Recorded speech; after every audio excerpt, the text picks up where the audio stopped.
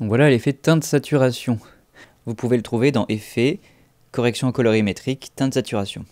Donc vous pouvez constater que si on tourne cette petite roue, et ben ça change les couleurs, ce qu'on appelle la teinte. On a une autre petite barre qui elle change la saturation, c'est-à-dire l'intensité des couleurs, si elles sont vives ou si elles sont plutôt ternes.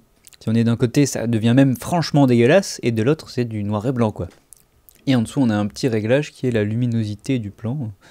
Donc réglez pas ça avec ça, moi je vous conseille plutôt de régler ça avec les courbes ou avec les niveaux. Alors il y a un petit truc qui est pratique, c'est que vous n'êtes pas obligé de faire ça sur toutes les couleurs. Si vous cliquez ici, vous pouvez en choisir une. Alors là par exemple, on va choisir il n'y a pas le rose, mais on va prendre le magenta. Et vous voyez bien que quand on tourne, ça change plus que les couleurs que de la fleur. Après vous dites, moi j'aimerais plutôt faire ça sur les racines.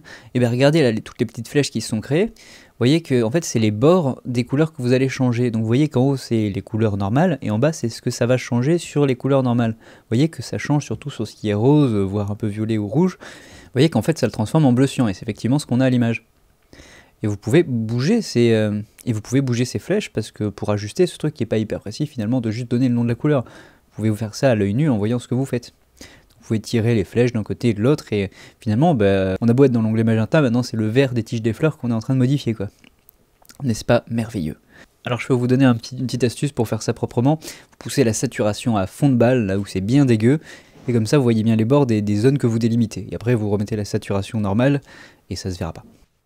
Alors en gros, à quoi ça peut servir ce genre de merdier? C'est si vous voulez corriger une couleur qui est particulièrement criarde dans votre rush ou quoi que ce soit, ou même on peut faire un truc un peu Sin City. Comment est-ce qu'on fait ça? Attends, je remets tout de base. Donc on ouvre l'onglet magenta par exemple, pour le traumatiser le pauvre. On pousse la saturation en fond de balle pour que bien les bords soient dégueux, qu'on voit bien ce qu'on fait.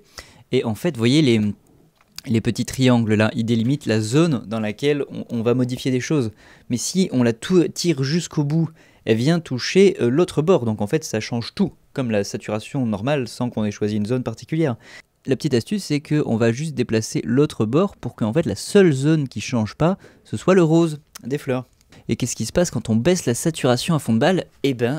Magnifiquement, tout est noir et blanc, sauf le rose des fleurs, qui du coup ressort pas mal. Donc c'est un peu ça l'effet Sin City. Et là, après, vous ajustez un petit peu, parce que vous voyez bien que en fait, ma sélection a laissé un petit peu de bleu dans les bords. On va bouger un petit peu les flèches, et du coup, le bleu, il disparaît. Et on a un effet Sin City fait à la 6-4-2, quoi. Donc voilà, vous en savez un peu plus sur cet effet, et maintenant je vous suggère soit de laisser la playlist faire et voir le prochain effet, soit cliquer sur un de ces onglets pour aller voir un peu plus comment marchent les bases d'After Effects. Tu peux même t'abonner ou donner de l'argent sur Tipeee, je t'assure.